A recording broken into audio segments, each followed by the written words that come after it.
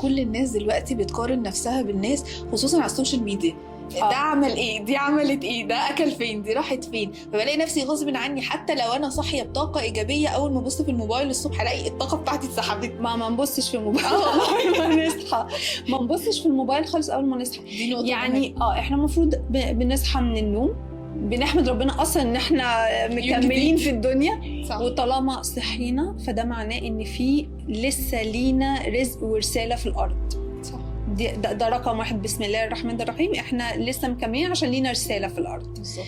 اوكي، يبقى انت وجودك في الكون علشان بس الناس اللي بتخش في مرحله الاكتئاب انا عايش ليه، لا دور بقى انت عايش ليه. ما هو انت اكيد عايش لحد دلوقتي علشان لسبب.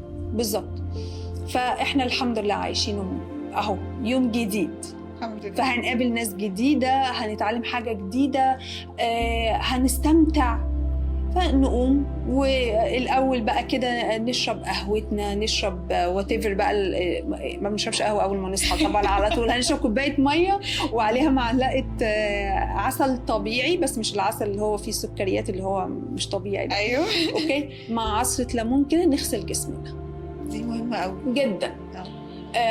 مش متأكد ان العسل اللي عندك ده طبيعي علشان ما ينفعش السكر في جسمك، لا خلاص يبقى كوباية مية دافية وعليها عصرة ليمون، واشرب المية واقعد كده هادي، ما تعملش اي حاجة في حياتك ولا امسك حاجه ولا اتفرج على حاجه خالص. انت اول ما بتفتحي الفيسبوك انا لله وانا اليه راجعون جدا والله ده دايما انا لله وانا اليه راجعون. يا اما مش عارفه في مشكله حصلت مع مين، يا اما في حد ربنا يشفي كل مريض يا رب، يا اما في موضوع حصل، حاجه غليت، ايا كان. طب ليه؟